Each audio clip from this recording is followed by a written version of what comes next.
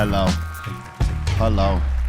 It's the Dr. Greenthumb Show live on Twitch, Discord, Kick, X, YouTube, I said Discord, and the home site, www.brealtv. What it be like? As you know, we got legendary motherfuckers at this table. We got my man Everlast up in here. Yes, sir. Good to be here. We also have the legendary Psycho Lisi. No doubt. Happy Cinco De Mayo. We got the legendary Treehouse Crew. Bolton Blombo, Bra Bra, and the dominant one. Yo, what's going on? What's happening? Everything. And we have the legendary Masked Raider himself, DJ F him. What up, y'all? Happy Cinco de Mayo combined with Taco Tuesday. Like, we got a special day today. Yeah, we got two double up. Double whammy. Yeah. Double whammy. You know, see, on this day, you would have the tequila, mezcal, and with the tacos. Ooh. Know what I'm saying? Yeah. It's a combination. Mm-hmm. You know what I'm saying? But watch your ass out there. Don't be drinking and driving. Jump in a fucking Uber or Waymo. Don't be careless and think, oh God. No. If I may interject and just say, pick the Uber. A person at least gets a little money. Yeah. I mean, somebody gets a meal maybe out of it. Yeah. Yeah, but either way, if It's you've had more than If you got no drinks, other choice, Yeah. you take a Waymo. that's fine. right, Try to yeah, pay pick up. human. Well, I think most people pick Uber anyway. Yes. But I'm saying, most especially if you've had a lot of drinks or even, enough drinks. Or do that shit Tokyo style. Sit down, take a nap on the block. Just You could do that too. Yeah. Or park just it. lay down on the corner. You ever Park seen it. that in Tokyo, right? Hell yeah. Motherfucking businessman with his briefcase just Yes. laid out. Or Not shy. Not shy at all. just do like the Europeans. Just take your bike, ride your bike. No, don't do that. I don't Hey, think hey, you hey, ride no. a bike Hey, either. hey, listen. They will give you a DUI on a bike. Yeah, they will. I've seen it. I've been out there twisted driving around. Yeah, but you got lucky enough to not get spotted. Know what I'm saying? People that are like riding bikes, they will get pulled to and given a DUI Pull over. because they could possibly cause an accident. I mean, they're not going to kill nobody like with what they're riding, but because of their riding, they could cause an accident, cause somebody to die. Yeah, especially like a downtown kind of area where Oh, we got yeah. like four one-way lanes. If you're on an electric bike lit too, You talking about like Oh, electric. Amsterdam? Yeah, see, you're talking. Yeah, everybody's No, but high don't on sleep. Germany, everything, and Europe. well, that's all biking culture, but That's still, bike if culture out there. listen, it's biking culture for sure, next to Viking. But I'm saying, if the cops saw you riding like faded, they would stop you and tell you to walk your fucking bike. Out here, they're going to give you a DUI ticket yeah, because, they're always trying to scam us for more money out here. But out there, they'll make you get off your fucking bike, probably lock it up on a tree and say, come back for it when you're sober. I think the general point being, Les, is that the grown-up thing would be not to get on a bike drunk. Yeah, or a fucking car. I mean, you're better off than a car. I mean, Well, listen, we're asking people to be responsible, so don't do none of the shit. You know what I'm saying? Like, Yeah. if it's gonna be more than 3 drinks, one drink. come you on, can handle Les. it. Come on, Nah, man. don't listen to me, man. Yeah, don't listen to Les. No, you have to listen to Les too, because he'll give you some fucking gems. Salute for coming down to Shade 45 and co-hosting with me, and sitting in with Sick Jack. And salute to Sick Jack, and played us some new shit off of his upcoming Spanish album, and A lot of heat. it's Heat. fucking heat, man. I gotta tell you. That's one of my favorite rappers, man. Yeah, same here. Same here. He don't That's get why enough. we did the War Porn Project, man. Yeah, Just 'cause yeah. And y'all sounded great together. Gotta say. we got to do one we can actually let get streamed one day. Well, these days you can. No, that record they'll shut it down, all the samples and shit. Well, if you It's still free. no. It's If still you free on the. if you monetize, they will shut down. If you just give it out there, Oh, it's still free. You Yeah. can still Yeah. get it. Yeah, that's what I'm You saying. Can't really promote it, but go get it. WarPornIndustries.com. Free album. Me and Sick Jack. yeah, it was a significant piece of art, bro. I gotta tell you, I like, learned y'all more killed it. Spanish from listening to him rap Spanish. Sorry to interrupt you, bro. And Divine Styler did his thing. I was about to say. on Is it music. Kane on one of them too? Or? Big Daddy Kane's on that record. Oh my God! Wow. Terminology's on the record. Rocka's on the record. Vinny Paz is on the record. All bar spitters. Our host and good friend B Real is on the record. Beasting. Yeah. It's just, in 95 it would have been like a fucking quadruple platinum album. Yeah, You know what I mean? absolutely.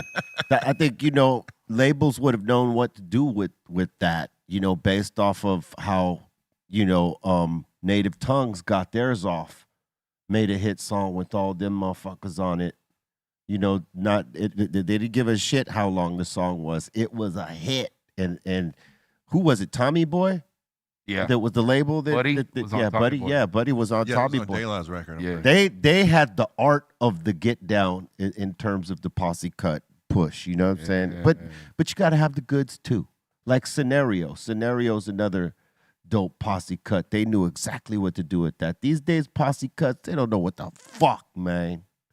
Just trying to say. Is that even a thing anymore? No. Well, there is, but they just don't celebrate it like I they still should. do That's posse us, cuts. though. Oh, we do posse It's cuts. us, But I'm saying we're on this level, we're independent. So we don't have a major on any of us to like push this shit out. But even if it were, the new execs and the new people in these positions, they don't fucking know the art of that and how you push that and make it a big deal. Like the way Flavor in Your Ear, the remix or whatever that was, that had L and Busta and was it DMX on that too? I think so.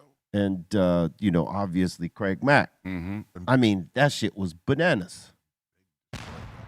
Biggie destroyed that fucking shit too. LL was phenomenal on that. She, Yeah, tissues. yeah. It's crazy because we're trying to figure out what he's saying in that. I mean, and he's speaking clearly. It's just like What does he the mean by it? metaphors. The metaphors are crazy on L's verse in that. Salute to the greatest of all time, one of the GOAT, the one who branded that shit out. I'm the GOAT In hip hop. in hip hop. Yes. Because the first time I ever heard the phrase was Earl the Goat Manigault, Yeah. the legendary street basketball player. Yeah, he played in the Ruckus and all that. They made a movie HBO about, Yeah. it, but like, if you not followed that, but when I learned of street basketball in New York, that's the king of all. Yeah. Yeah, he never went pro. No, But he was a the street, guy- It was street ball. but he was- Rutgers tournament. but that he- kind of thing. He schooled a lot of pros. Yeah, Yeah, and in his movie they show yeah. like that motherfuckers pros would specifically come to the street baller shit back then at the Rutgers and to play with guys like him, with most specifically him, to see if he had the goods. But Kareem Abdul-Jabbar used to Yeah. play the Rutgers. Feel like- a lot of motherfuckers. He could have, like, if I remember, like, he was his own obstacle when it came to getting into the pros. It was like something Yes, kept happening. he whatever kept it was. stepping on his own It was toes. either in trouble or drugs or something. I can't remember at this point. I'm getting old and I smoke too much of your Yeah, he weed. stepped on his own toes. So, but yeah, I was just saying, like, in hip hop, yeah, definitely LL is that first guy to put that term together, but GOAT as far as greatest of all time, that's how I learned it. I want to key in on something. I want to key in on something that you just said, right? Because Les and I were kind of talking about this at Shade 45, but we were talking about it in rap artist form, right? There's a lot of motherfuckers that were talented, got a gift, but the only work they wanted to do was maybe the studio work, like be creative, right?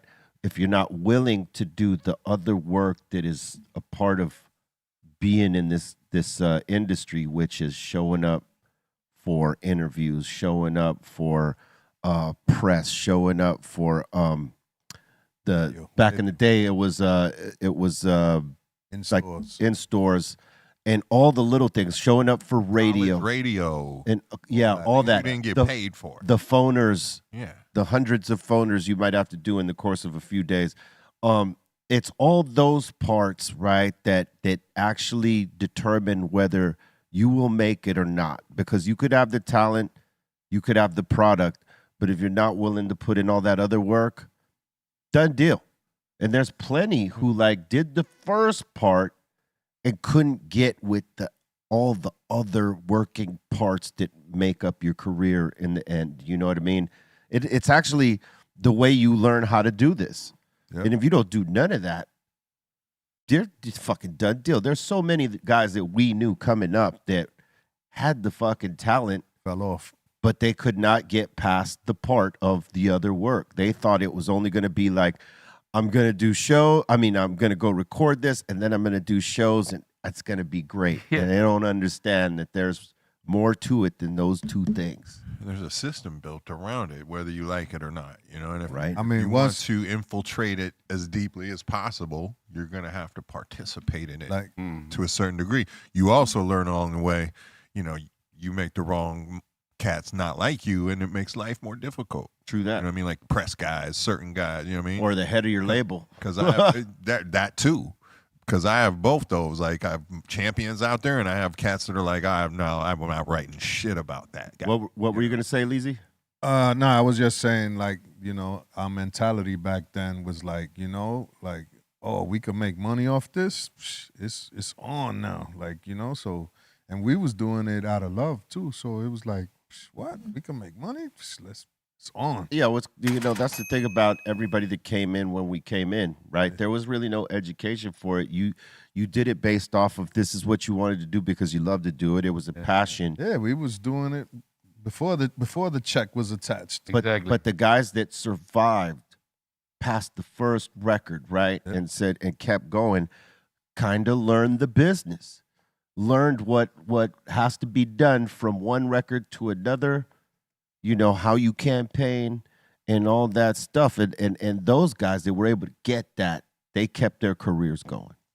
I'll give you a perfect example. When I was signed to Rhyme Syndicate, I wasn't told how to do anything like that. And you know, I was given some interviews and stuff when I had a record come out and whatnot, but never told how to really, you know, How you explain your songs. participate in it properly and get the most out of it. Whereas when Tommy Boy signed us, like literally when we got to New York, we had like 3 or 4 days of press training. Yeah. Like at the label offices. They Like, groomed you guys to be able to they were do like, this. people are going to try and trip you up on things. They're going to try and ask you controversial shit. Think about what you're saying. You know, they put you a little bit of a grilling, so that, Wow. you know, helps prepare you too. Yeah, hope. and see, that's what a lot of artists never got. I mean, even us, you know, when we went with Rough House and Sony, I mean, you know, Rough House was our label, but like the main distributor was Sony, so we had to take meetings with both Sony and Rough House, and for the most part, they kind of just let us be and not. They didn't give us any grooming. We had to learn it all ourselves, and when they saw that we were getting what this is about, then they would start like, hey, we suggest this, that, the other. You could do what you like, but this is how you will get more impact. And you know, us as being open as we were, we would take some of the shit that made sense to us and try it. Other shit, we're like, no, not so much. But they ain't going to give you no game until they know you're willing to learn the game. They're not going to waste their time on nobody unless they prove worthy of like, yeah, you know, I got talent, but I know this is a business, so how does this work? And if you're not asking those questions, your fucking time in this business will be short. That 15 minutes of fame they talk about, Yep. that's what it amounts to. 5 minutes. Yeah, 5 minutes. 5 minutes of fame. This ain't no game. Yeah, man. And so salute to everybody. Everybody that you see and you got in your music catalog are the people that were able to push past. You know what I mean? Even in spite of problems any artist might have had individually in their careers, whether it's group or solo or whatever, there's always obstacles. Any of us can hear it right here at this table can tell you that in spite of our successes, we've faced many obstacles before, during, and after said success. But it's a matter of that you still love what you do, and you're still, you know, in your creative bag, and you still got something to say, and you love doing it. Yeah, you got to stay open to learning shit because you don't ever learn everything. You know, you're always learning something, no matter how far in the game you are. Anyone who thinks they learned everything knows nothing. Exactly. And everybody that tells you they know it all, they don't know shit. I feel you. It's a fact.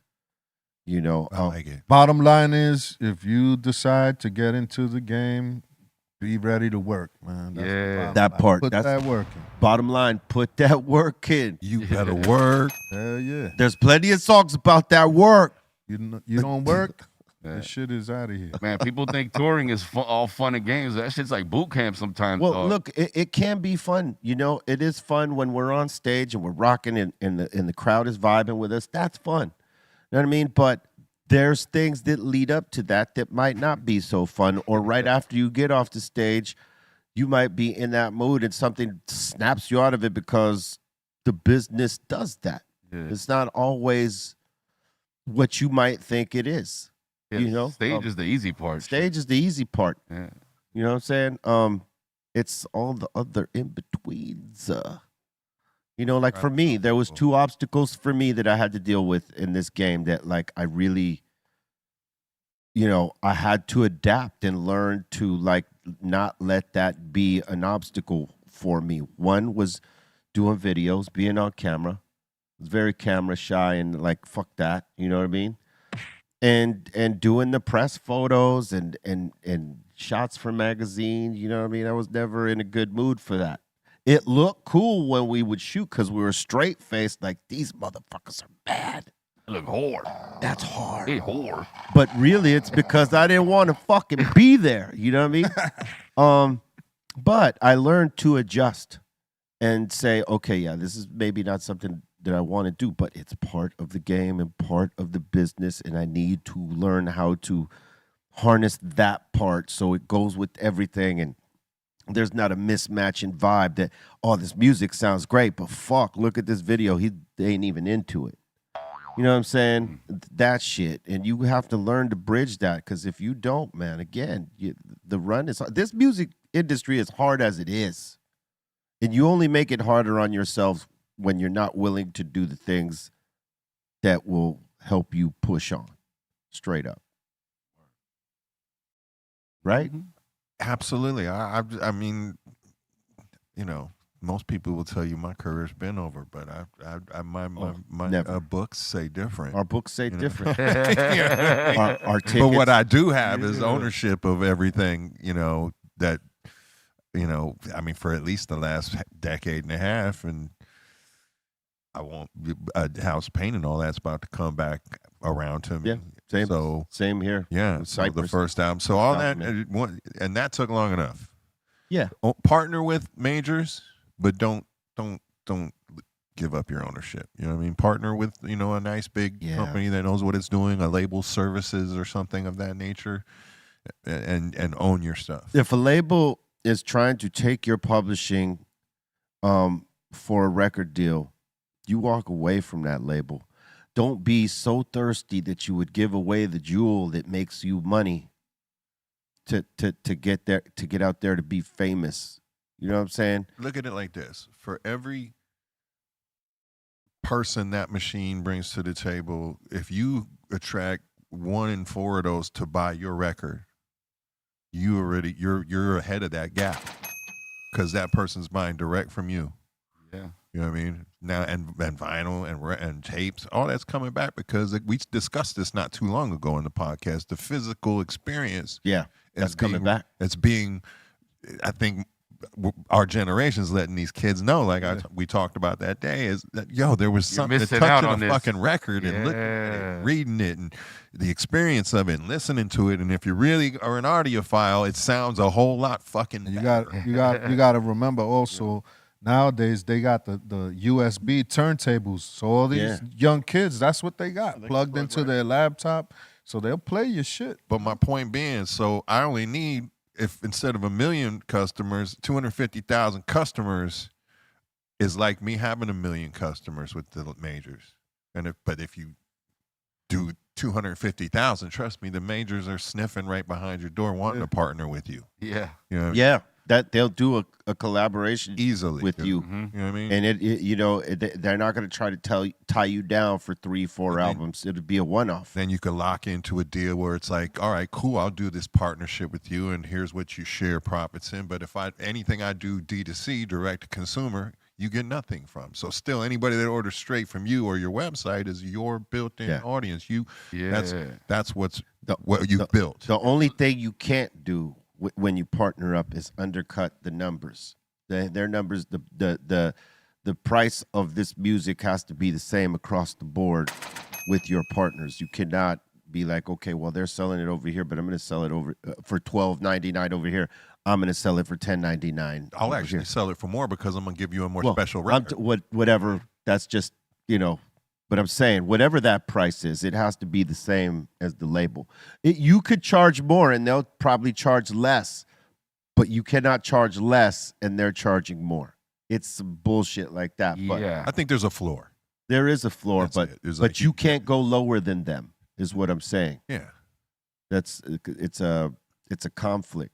But you also make it clear, they're not doing direct to consumer like with the same shit. Like I'm saying, you would do your own little vinyl colorways and this, and you can do as many of those as you want. When it comes, like when you're selling your shit hand on hand, like that shit is like you all you charge $75, $80 it's almost piece of vinyl. And listen, your goal. Theoretically, it's sort of the same as the way Eazy-E and Master P used to sell records out the trunks of their car. Just on a just like computer. Direct, just on a computer. Trunk. Your computer is the trunk of the car.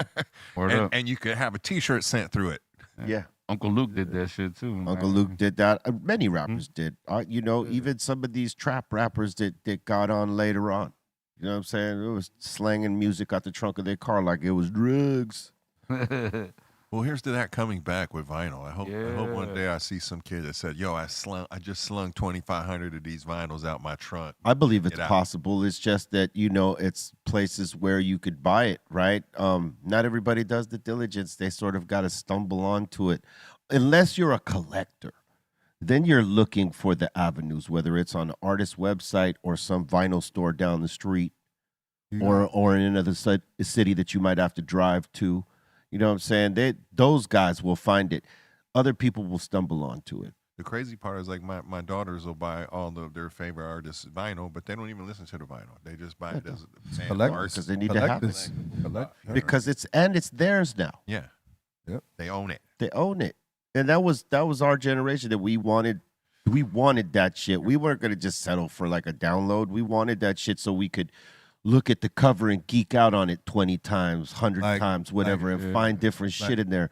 Read all the credits over and over and then find some of the people in the credits to see what other work they did. That shit is lost on this generation where we were geeks on that. For real. Like I used to work at a record shop, and I used to see rappers come in to just stare at their single on the wall, and they're just like bugging, like, oh my! I can't believe it's happening. Yeah, like this is real. I'm really a fucking rapper, like I remember when I went to a Warehouse Records and was digging in their rap section and saw that first IT single with my face. Yeah, that's it. Yeah, that's for your. I was like, holy shit! That's a different feeling. Can't believe this that is shit. crazy. That's a different feeling. Like that's feeling 2 or feeling 1. It doesn't matter which comes first, but seeing your shit at the record store, and if by chance you're driving in your car, the song comes on and you hear it for the first time. You know what I mean? That shit, as an artist, is a big moment for you. You know what I mean? Because that kind of validates the journey, the first part. I remember seeing like the first car that drove by me playing the shit loud. Yeah. I was like, oh shit, now it's about to be on. Rain of the Tech and all that shit. Like that's my shit. Yeah. Our shit wasn't even out. Tommy Witt has flown us to New York, signed us. And I think we were walking down First Avenue, which in their original offices was up there in the like 90s. So we're walking around and a car drove by. And they had already been seeding the neighborhood with tapes. And I'm jumping around playing. In New York, I was just tripping balls. Like, what the fuck? Yeah, most especially to hear your shit in New York is like for us that geeked off of New York hip hop more than we were following what was going on here. You know, because we knew that down here it was dope, but it was a step behind of what was happening over there. That's Mecca. You know what I mean? It's constantly evolving, even at that time. You know, so when the motherfuckers at Mecca are listening to your shit and vibing to it, Yeah. I mean, that's everything, The man. official stamp. Oh, man, when motherfuckers was blazing up Killing Man out there, And you And- had yeah, it was something that it was special to me. Like I was on the balcony of, remember the hotel we used to stay at? It was the Radisson, Omni Radisson, some shit. Yeah. We got kicked out of there because y'all were throwing shit out the window. But No, I think I threatened to set it on fire. well, I think you did both. Yeah. Yeah, it was Somebody Soul stole Assassins somebody tour. stole a chain out of my room. Soul like, Assassins the help tour. or somebody there. Yeah. Soul Assassins tour. Yeah. Anyway, on that particular tour, or that hotel that we stood in, The Renaissance. the Renaissance Ramada. Bang, there you go. Our rooms that we usually would get had balconies to look at the fucking screen down there at Times Square. And we were up there one night smoking some awful blunts. Awful because the weed was awful, not because the blunt was the blunt. Anyway, we're up there, me, Muggs, Amanda, Demi, who was Amanda Shear back then. We were, sitting there smoking a blunt, talking about what's next, and then boom, Killer Man comes on that big ass screen out there in Times Square. That was crazy to me. That was just like as significant as hearing it on the radio. I was like, oh shit, we're in Times Square. That would be iller because that would be so fucking surreal that you're like 5 stories tall in Times Square. What were we, 21? Yeah, I was 91. Yeah, I was 21. Yeah. What was it, like MTV Raps or some shit? No, Sony bought the fucking ad and put it up there. Upcoming music from Sony. Ba ba ba ba ba. Boom. Cypress Hill. How I Could Just Kill a Man. Because that was what was burning up right then. Oh, I got you. You know what I mean, that was ill. Yeah, I mean, I guess the whole shit, and then showing up at MTV Raps and The fact a major label like let an album's release with a single called How I Could Just Just Kill Kill a Man was bananas. hey, crazy fucking thought, right? salute to Rough House and Sony for like saying fuck it. And the like leak kind of thing was Pigs. Yeah, the pigs. That was the like sneak leak, Yeah. the first thing that people heard, I believe. Like, Yeah, that was one of the first Yeah. deals. Said this is when rappers were like doing kind of nursery, borrowing from the nursery rhymes. Wasn't it the B-side to Kill a Man? Yeah, I believe so. what- No. Funky Phil won Phil and won. Killer Man was. Oh. beside the Funky That was a Phil. double A side. So Pigs was on So something. they actually let There the you go. Funky Phil one. I forgot about Yeah. that. Yeah. But still, Funky Phil one was dope too. Fuck that shit yeah. was Hey, no you- real Shit one. was Yeah, dope. I used Funky to play Phil. both of them shits like. Hell yeah. Yeah, Funky Phil one was Whole pretty good. album is just ridiculous. Let me tell you what, man. Sony gave us 7 singles off that album. That's every other album. It was like 3 tops, maybe 4 if we were lucky.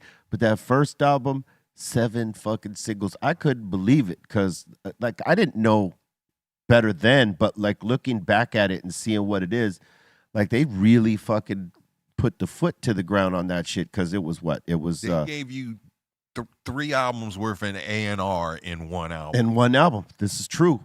I'm serious. Because think about it, it was Funky Phil went first, How I Could Just Kill a Man, then Hand on the Pump, then Real Estate, and what's the other one? Stoned? And Stoned is the Way of the Walk. Stoned is the Way of the Walk got a video.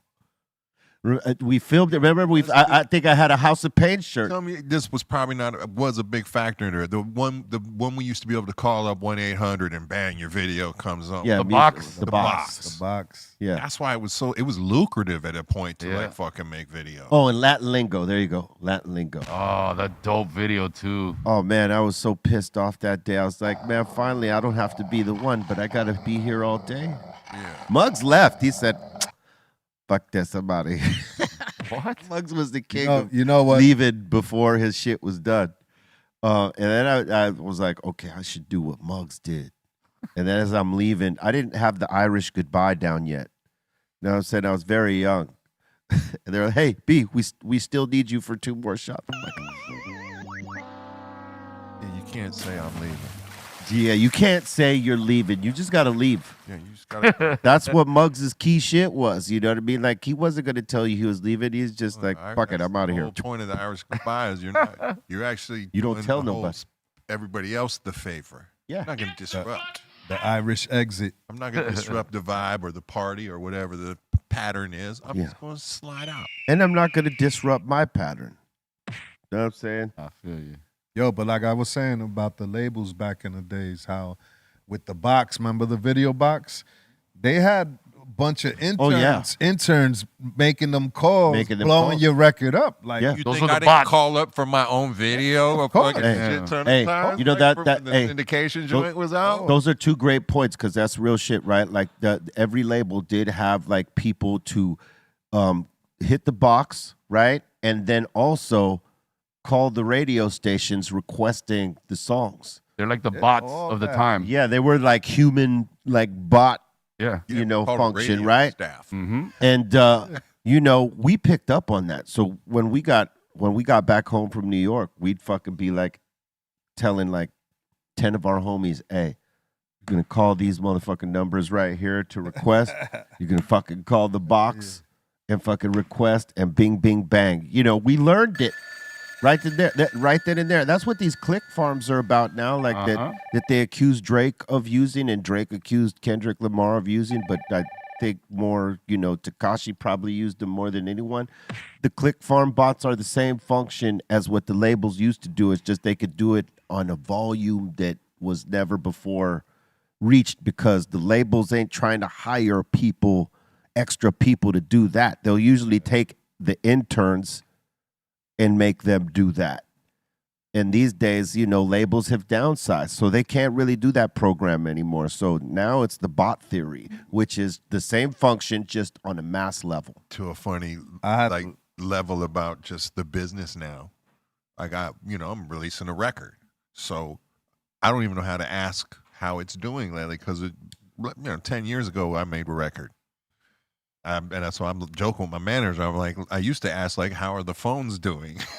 Yeah. You know what I'm saying? I was like, that's not even language anymore in fucking the record business. A lot of that's lost. It's fucking crazy to me. A lot of that is fucking lost. Yeah. At the box? Oh, yeah. That's the box. That was the shit. You know what I'm saying? You could even like, if you really wanted to be the call-ins, how they doing? if you wanted to really be a dickhead, you could have like fucking just have your video going one, and then the next one, and then the next one, and then the next one. Just power fucking load it, dog, and people just had to deal with it. But most of the time, you know, you'd see some great videos on the box.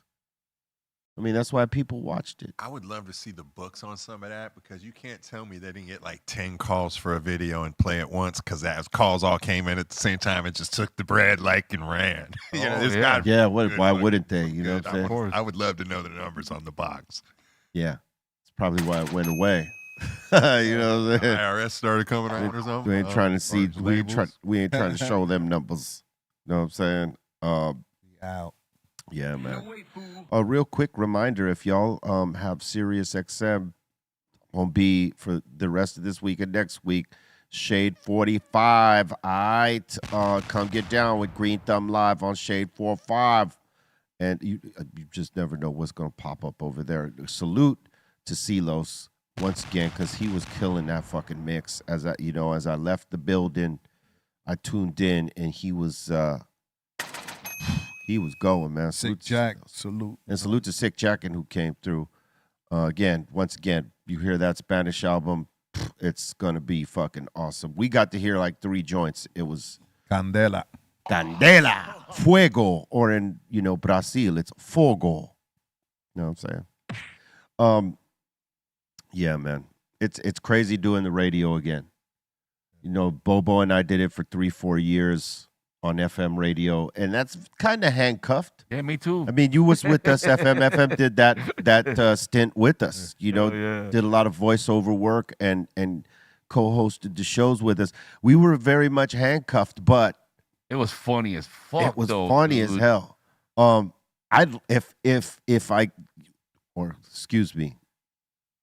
when I get that gig, I thought about, could I bring something like that to Shade You 4-5? should, man. It's but the difference is this FM is that when we were doing the Soul Assassins radio show, it was 1 day a week. So all that shit I was doing, all the writing I was doing for that one show, it I had time to breathe. Yeah. But doing it 5 days a week, there's no way that I would be able to keep up on the writing myself. To do all these fucking sketches. No, the sketch and even the work. It would have to be a 1 day a week. It would have to be Every like on the Friday. Friday thing, Yeah. and like all the sketches are on that Friday show. Yeah. Because trying to do that shit 5 days a week, there is no fucking way. Unless I had like a team of writers. Yeah, you gotta be Howard Stern or some shit. Yeah, no, I don't. Dude, it was a lot. I mean, you know how much it was. I was Hell, coming with yeah. scripts every fucking week. And we had Quasi helping us too. Man, Quasi, hell of a producer. Word Salute to Quasi out there. You Yeah, find yeah. some very willing comedians to come in and sit down and like round table with you on, or even just give you overall counsel approval of like a bunch of stuff to fuck. I think you'd have a lot of success if you were able to. If give we were that to reach out to pressure onto those guys. I know there's some young comedians, LA based, that would come step up and do that shit with you. Dog, it was crazy. Like we'd have like Ron Jeremy on there, a porn star. We'd be Oh, yeah. interviewing them, I- and it'd be some funny shit with I them. was and alive. then we go right back. Then we go right back to a mix, though, a hip hop mix. Right? It would be like one of the Beat Junkies or myself or TRT, rest in I peace. think I did the show. And then Yeah, we go right You back did. I know. to the interview. Dude, it was dope. It was like a Howard Stern meets like hip I hop. thought it was Hey, longer than 4 years, honestly. Oh, it's my glasses. I was like, where am I hearing these voices from? Fucking my glasses. Yeah. I mean, you did the show for sure. And You did it on 2 different stations, right? no, we just did it on the beat. Or it was the buildings that moved, right? The buildings that moved, Yeah, yes. remember. But yeah, shit. When I knew we were doing something right, is one night Red Alert called me, right? And he goes, "Yo, I'm listening to you. Y'all are funny as fuck," in his way. You know what I mean? And I was like, "No shit, Red Alert is listening to us." I didn't even know they could do that from the other stations. But all these stations, the sister stations, they could listen to each other from whatever city they're in. They could see what the other one's doing, or not see, but listen to. And, I guess on our night, he had a late shift, whatever he was doing at the station, because he was at a station listening to us. And he let us know, man, hey, keep doing what you're doing. That shit is funny as hell. And, man, That's fun. that was like a good stamp right there, because you just never know who's listening. He's one of the 2 first kings of radio, hip hop radio. Yeah, You know, him and Chuck, chill out. Chuck Chill Out, Marley Marl, Mr. Magic. Mr. Magic, The Molly Marl. Magic, Yeah. Mr. Magic and Molly Marl. You know what I'm saying? From what I hear, Mr. Magic didn't even want to get down with the hip hop in the beginning. It was Molly who convinced him, right? I doubt it. Think so. I mean, there wasn't a lot of people or even other genres within black music that were fucking with hip hop until, like, honestly, tell me if I'm wrong, that Jodeci remix, right? Then it was like all of a sudden, Then it was R&B records were sounding like hip hop Yes. records. Yeah. The R&B You know what I mean? artists didn't want to get down with us at all up until that. Yeah. Yeah. That Come and Talk to Me remix. Yeah. With the dun-dum, dun-dum. There was times where R&B records were harder than rap records. Well, look how LL Yeah. Flip hold on. And It shit, trips remember? me out. It Yeah. took so long because my first exposure to mixtapes wasn't a bunch of rap songs. It was cats that would blend like a rap song with like or like the first time I heard that I Can Hear It in the Air Tonight, Oh, yeah. Phil Collins song. It was blended with like Wishing on a Star. Oh, yeah. Oh, Who was that shit. DJ that was doing that stuff early, making the Kid tapes? Capri. No, He's early. No, but no, One, it- I can't remember. Clark his name. Kent, No, it wasn't. because he would do mixes like that. SNS. No, but see, it's even before. It's right before that era. Brucey B kind of era. Like, there was what's the other guy's name? It's right here, and I can't Ron think of it. G. Ron G. There you go. I used to love Ron G. too. Ron G. That's what all he did was like blend like break beats with like R&B songs. It was fucking That's crazy. dope.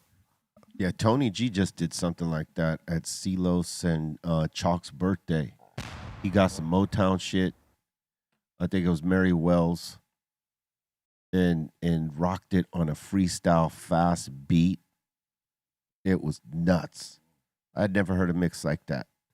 Like you don't necessarily hear motherfuckers mixing that live right there because some of those old songs, as you know, they weren't on no metronome like a beat machine. They were fucking straight up playing, and it was whatever the drummer's timing was, whether it was drifting or pretty much on. And somehow Tony G was mixing that shit live, like killing it. I was like, wow.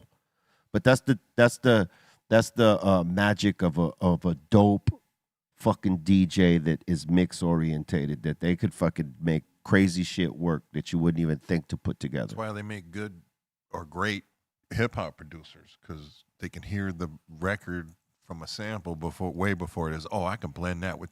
There's 5 things in their head. Yeah, you're already hearing it. They're already like, oh shit, that snaps in. You know what I mean? We were talking about it when we were talking about Muggs and how he produces. Like, you just know when you hear it. Yeah, he's chess moving at that point, like thinking 3 moves ahead, but like right when he gets the idea.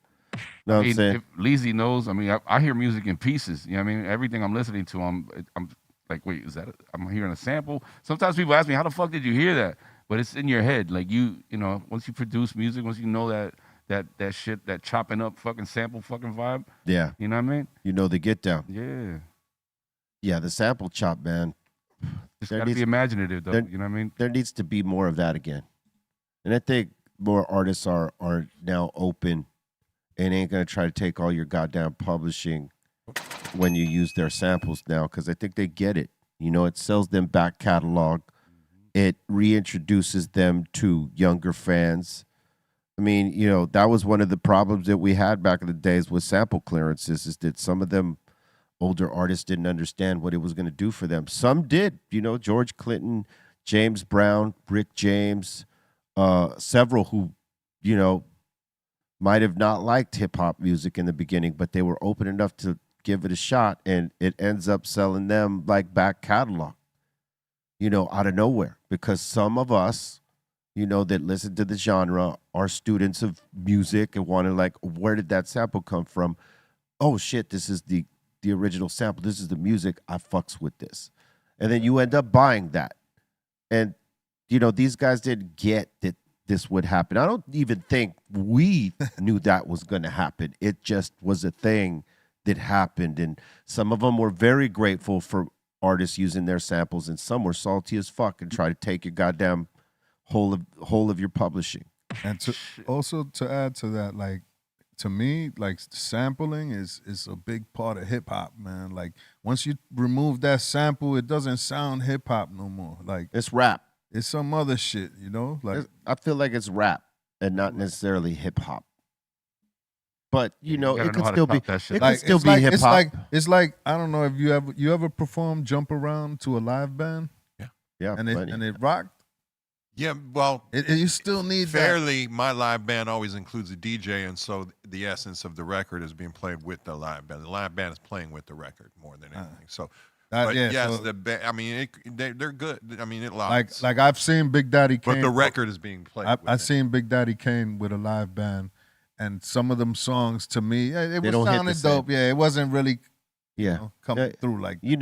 I think in terms of that, you're right. That does happen sometimes when you rock with the live thing. It doesn't always translate, but that's when it doesn't translate.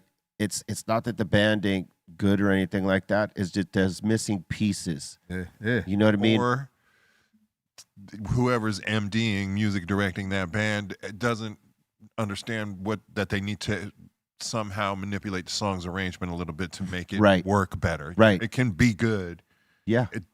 Just you're not going to try and be the record, like do Raw, for example, like Big Daddy Kane. There'd have to be a horn player there, like could play an impossibly high note all the way through every bar for almost 3 minutes.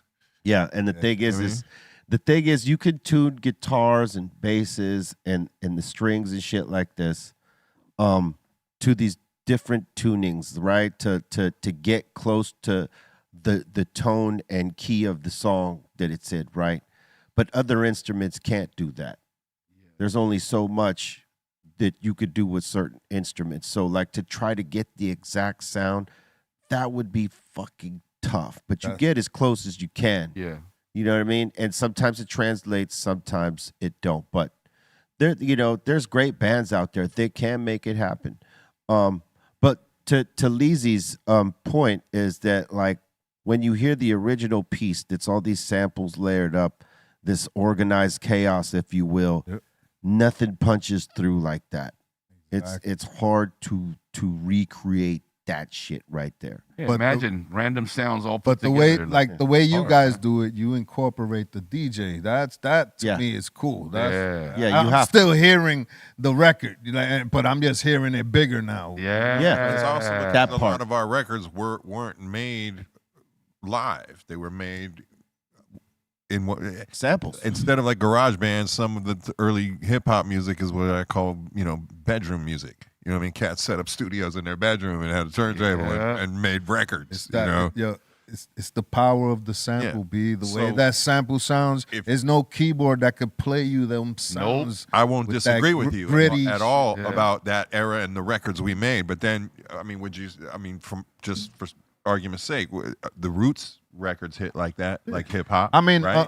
unless you Stevie Wonder, you don't need to sample. I mean, you need to sample. Well, I think there's two different things here, right? Well, where's that? These fucking glasses are bugging me out. Voices Anyway, in my head. So, difference, I think, with the Roots is that they weren't sampling shit or playing over samples. They were creating the music themselves. So their shit hits in a different way because they're inspired by all these songs, but they're recreating nothing, right? I think that if they would have been like, trying to recreate samples of songs, like, trying to layer their shit in a sample form, it wouldn't have hit the same. I don't think. But because they're different, all their shit is original. They're not really sample-based group. So I don't know, I don't know if that makes the point, but they no, come no, they I hear what they you're saying, come but- from hip hop, so Well, their music is gonna sound. It hit- Yeah, but- that's all I was saying. It was like it's possible for yes. live music to hit like that. yes, their music hits like that because it's not a recreation of a sample where they're trying to get this particular sound. They're doing their own shit. You know what I mean? And the form of that, again, it's hard to get to. You would have to have the band completely tuned into what the song and the key was, and then have all the elements to be able to play it, which is having a DJ to play some of the spaces, to fill in those spaces where, like, maybe those instruments can't get. You know what I mean? So Original Roots had Rozelle kind of. They didn't really have a DJ, but they had Rozelle. Well, yeah, to do because that kind yeah, of stuff. So. but that was dope. They worked it. But their original sound was Quest and Like, Hub. the I would bass say player. That was crazy. I would say They were- today's younger producers can go sample the Roots because it's just like sampling one of those fucking records. But you know what? They like Quest. He studies hip hop, man. Like, he's a live drummer. I remember one time he came up to me and he was saying, "Yo, you crazy the way you programmed the hi hats on that song," or so.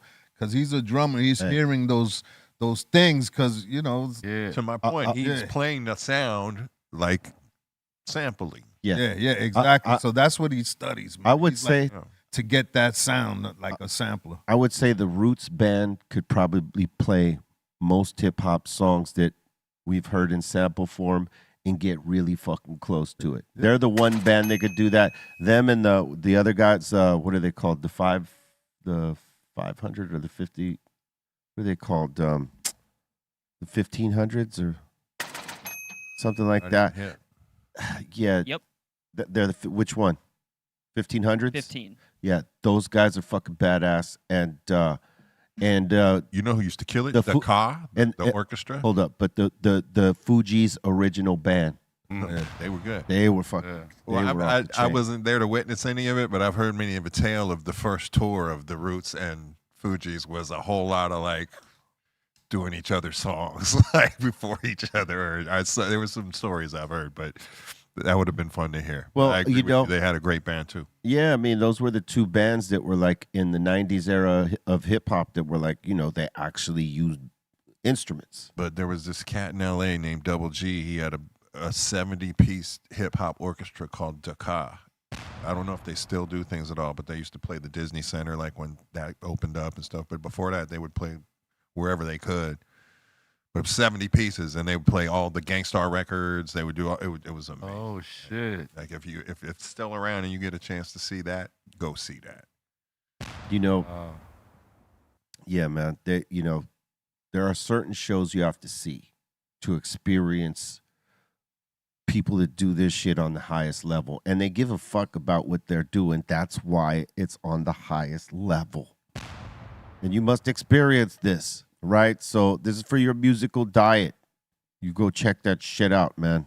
Damn. Did you know it's National Astronaut Day? Whoa. I'm in space now. I was about to say I'm already out there. That's me right now. You know what I'm saying? Yep.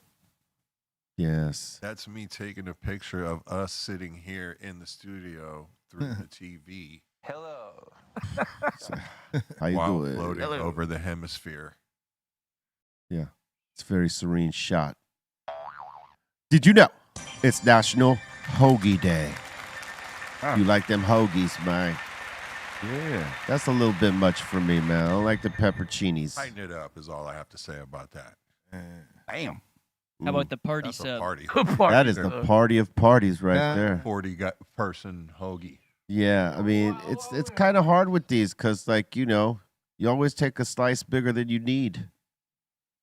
Oh, yeah. That's easy. 40, 50 people to eat. The Hogathon. You know what I'm saying? I wonder what's the world's longest hoagie. What's the Guinness book? And how many people did it take to eat that motherfucker? You know what I'm I'm saying? seeing the world's longest sandwich is 735 meters, Whoa, 2,411 feet. Jesus. And all the good info. That's like what feeds 200 people, maybe more. Let me get it feeds way more than that. I More, bet. wait a minute, 500, or am I off? Is it 1,000? Those sandwiches I foot just long saw? or I said Oh, yeah, 2,000 couple feet. thousand. Couple of thousand. Yeah, Yeah. yeah. I mean, 2,000 feet. So if one person per foot, Oh, wow. that's I mean- 2,000. Or even if you go, the small, the 6 It inches, was in Lebanon. then Yeah. you got When you- 4,000. It was in Lebanon. Yeah. Everybody got That's a together. pita. It looked like a pita. That's a pita. Is Yeah, that's that what they're technically- counting it as a sandwich. Though. Okay. I mean, I'm technically, it is a Guinness Book of sandwich. World I just thought Records. we were talking about a hoagie. He said we're gonna do this shit down the road. Damn. All right. That's a fucking pita. Yep. And did you know? And I'm sure you do. It's Cinco de Mayo. Yes. It's a tequila. Yeah. Yeah. We need a shot, man. I don't know where our. Hey, did Cuervo invent tequila? The company Cuervo invented or some shit? Because their advertisement was like, other brands are famous because of the person behind them is famous. We're famous because we actually made tequila. Well, I mean, I don't know if that says that they were the first, but I don't know maybe- what they meant by that. maybe the first big brand. Maybe. I don't know. Yeah, maybe they're like the first big Coca-Cola of Right. Of tequila. tequila. Right. Well, I'm because seeing some they guy, were the first big commercial tequila Yeah. brand. yeah, exactly, like okay. Coca-Cola, just like we There said. you go. Yeah, man. But Some tequila is made like a long time Let's ago. have it was that invented. Christmas campaign. They were just breaking balls on Santa the with a famous bottle people. of tequila. You know how George Clooney has a bottle now, and fucking Diddy has. everybody got a fucking. Yeah. Everybody. Yeah, too many. It's an open field right now. That's why there's so many now celebrities coming out with their own fucking tequila. If I was gonna do it, mezcal. Did you know it is the birthday of the legendary drummer of Black Sabbath, Bill Ward, born on this day, 1948. He's a bad dude. He's a bad dude. He looks like he'll kick your ass still. Yeah. Like, don't talk shit to me. Yeah. Stay away from me. Hey, there's a part of his career where he totally blacked out and don't remember none of it. How long? Really? How long? I don't know. Years? Yes. Wow. I think he said 5 or 10 years are blacked out for him. Was he the dude doing the rails while he was playing? Could be. I don't know man, if he it was- Bonham. He was really a dope drummer, man. I think it was him. And it could have been him because they were partying. I mean, they were partying. Ozzy was partying harder than he was, so think about that. Yeah, there's like footage of it. Yeah. He's like rocking cornrows and shit. I've seen it. Yeah. Salute to Black Sabbath. Did you know it is the birthday of High Tech, born on this day in 1976? Happy birthday, High Tech. Salute. Yeah. Yeah, you was asking me what's my favorite high tech joint. Yeah. And I couldn't remember the name, but I know the beat is body, quality. Oh, is it with Talib Kweli on it? Yeah, I know what you're talking about. I forgot the name of that song too. But I know. That's a nice one. Yeah, that is a good one. That is a really good one. Did you know it is the birthday of Adele, born on this day in 1988? Wow. That's my first record came out. She's a badass. I was happy to see her when she came out. I was like, all right, man, it ain't just about, What year was this? skinny little whatever. She blew the fuck up, man. Fuck up. She's talented. She deserves it. Yeah. I love that 007 shit she did. Skyfall. It's Yeah. fucking dope. She got songs. Yeah. Did you know it is the birthday of Chris Brown, born on this day in 1989? What? Making out with people's wives and shit. Yeah, his meet and greets are There it is. pretty provocative. He's broken up many relationships. And they love it.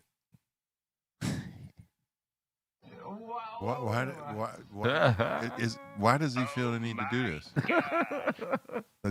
He's given his he's given his No, fans. but I'm saying no. This is they're buying tickets. He's giving his fans what they want. Chicks pay like $1,000 to go do like a meet and greet and take like photos like this with him. So is he struggling? Nah, he just does this for the fans. At $1,000 For a pop. $1,000. He's like, I'll give you $1,000 if you grab my ass. What the? Okay, That's his side money. Son. And the ladies are gonna have their Cool. boyfriend take the picture. cool. Some of them, yeah. Wow, dude. Yeah. Man, Wow. if that ain't your red flag, bro, Wow. It's only a meet and greet. Oh, that's a good one. Look at that. it's only a meet and greet. You tonguing down your wife. Well, we haven't seen that yet. Yeah, we did. At Where? a show. At a show. That's not right here. That's not a meet and No, greet. no. You said He at did a show. He did that at a concert. Come on, don't confuse it. All right, this is a meet and greet. I just want to say I have never once thought to charge a person to meet me. What if it would have been that dude on the chair? It wouldn't have mattered much. No. You know, if I wanted that, I'd said, probably find that, hey, You'd You'd be like, free. hey, But, man. I don't get that. Okay, I don't understand. Especially we get when- it. if you We were get it. struggling, We get it. that guy's rich. We get it. I'm reading they pay between $1,000 and $1,250 per person for a VIP experience. So what if this dude asked to sit in the chair like that? Hey, I paid $1,000, man. Uh-oh. I guess I spoke too soon. Yeah, hey, you asked for it. Don't fucking say nothing to me. What up? Mezcal. Madre mezcal. Okay. I just okay. Bye. Thank you, Drew. I mean, you gotta look at Oh, it. look at that shit. I mean, gotta- hey, to each his. You know gotta what look I'm at saying? it That hurts. from a fan's point of view. Like Chris Brown is a superstar. So Yeah. they might as well be taking a picture with Michael Jackson or something. But Michael in Jackson their would eyes, he would never charge you, and he wouldn't do half of this shit. But he We would don't know. never. It's a new day and time. But you're right about that. He wouldn't have charged none of that shit. He would have just did it because he was that guy. But it's a different time, my friend. You know what I mean? I'm just puzzled. That's all. Here, be puzzled and have some of this, and it'll maybe ease some of that. Well, this Here, this Here, is pass. this- No, here, take is this. this Give that to Leezy. I'm good. Does I'm good. this Yes. erase Yeah. memory All right. juice? No, It's a little teeny weeny, just a little tiny that's shot. tiny. Dude, Here you go. if they're Tiny gonna shot. what? You're not what? Huh? I got you, Drew. All right. Yeah. Yeah. Hey, happy birthday, Chris Brown. Come on, Damu. Happy birthday. You stay on the come up. Salute. God damn. Yeah. Did you know? That shot went down crazy. Did you know? And did you know? On this day in 1992, Gang Starr dropped Daily Operation.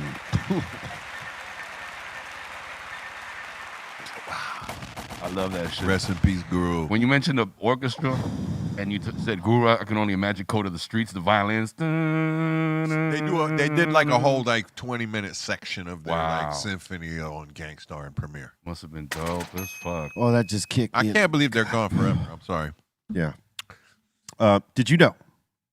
On this day in 1998, Rock has dropped Lyricist Lounge Volume 1. Wow. Man. This went around right here. Motherfuckers was excited about this. Mm-hmm. Was that the first Pheromone single on there? That bow, bow, bow, bow? Or was that his solo? I doubt it. That was his solo later. album. Solo deal. What was the big one on that record? Let me look here. I don't know. Salute. Lyricist Lounge Volume 1. Yeah. All right. Yeah. Check it out. Dr. Greenthumb Show is in the top 100 listen to podcasts on Apple Music, iTunes, whatever. Make it number 1. All right. Go leave comments, reviews, all the things that you can listen to the Dr. Greenthumb Show on every streaming platform. So come get down with the get down. And if you haven't smashed a like here on YouTube or any of the other platforms where you know you can Do give a it. thumbs up, a like, or what have you, you know what I'm saying? Do it right now. Do it. Do it. And Pour me that fucking half-gallon of gasoline, bro. Jesus. yeah, subscribe to the channel, crack the all notification bell, and give it a whirl. Tell your friends about it. Share the show out. Become a part of the community. We're about to open up the doors to the Insane Asylum and let that community speak. So if you got a comment, question, shout out, suggestion, go for it. Remember that, Rocky 3? Go for it. Welcome to the Insane Asylum. Enter the Sloth is asking, yo, Everlast, you ever chill with the Beasties after the 92 tour? It was very brief. That I think I've told the story on here. We got thrown off that tour pretty early, but the first few shows, yeah, they hung out with us.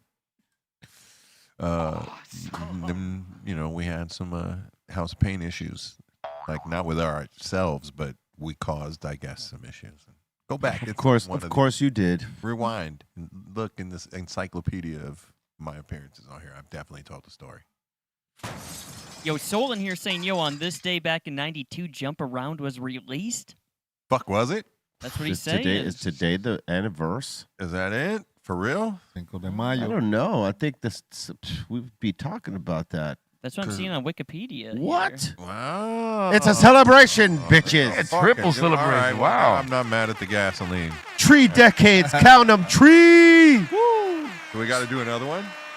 Do we got to do another one today? Oh my We God. gotta You get wanna another do- bottle. We drank all that shit.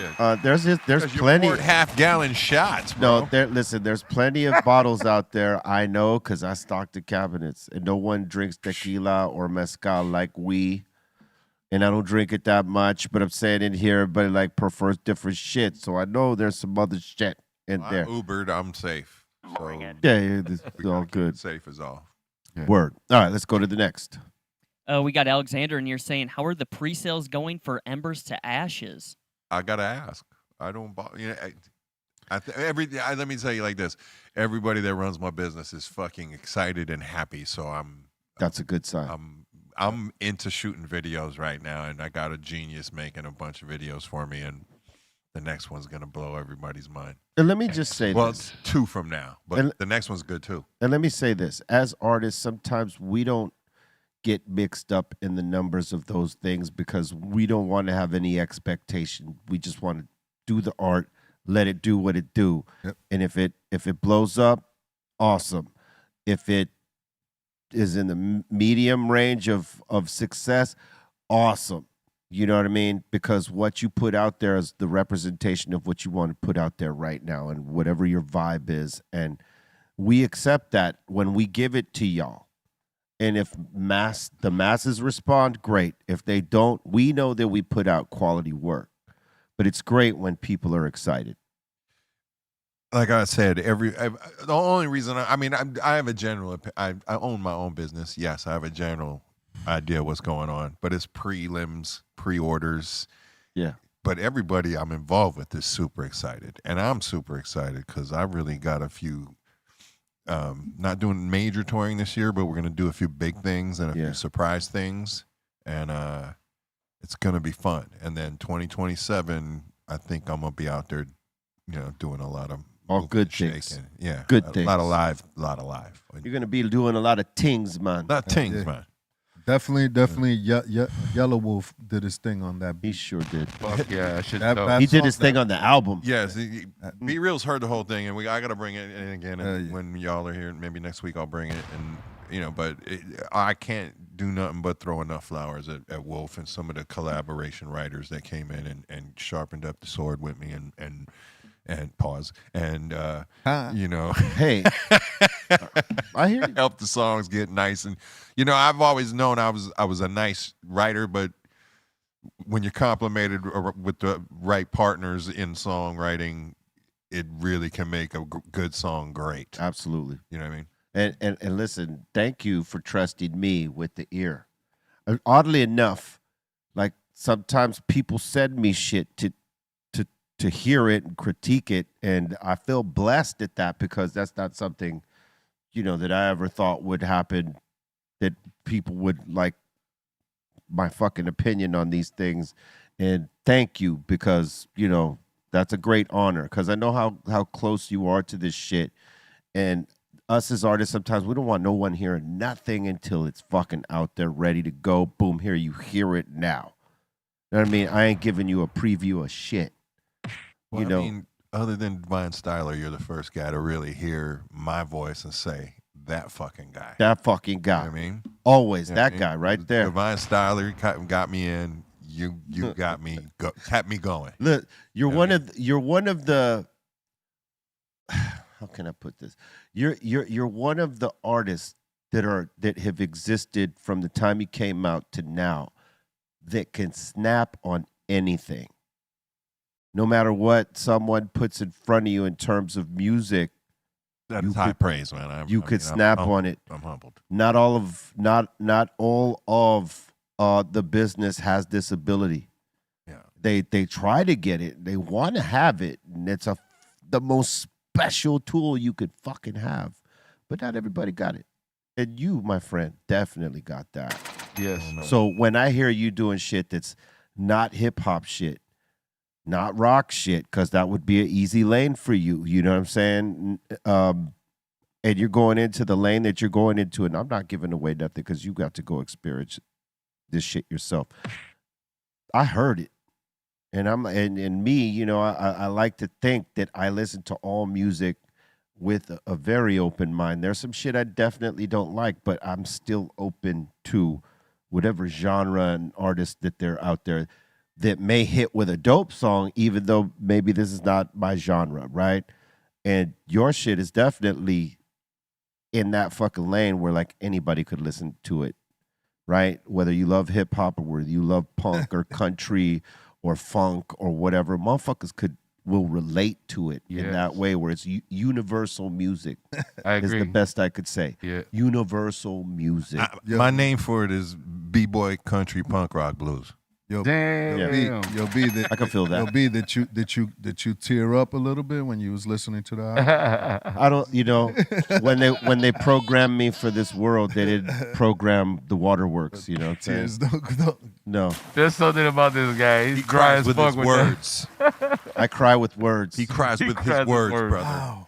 I gotta say though, man, as a fan of hip hop and just watching the evolution of from what you started in House of Pain and then the Whitey Ford thing, I was like, wow, he found the perfect way to incorporate, because it's still hip hop to me when I hear Thank the you. Whitey. You know what I mean? To me, it's still hip hop. It's just interpreted through a guitar and a little different sound, Right, yeah. but the rhymes, hip hop, the story.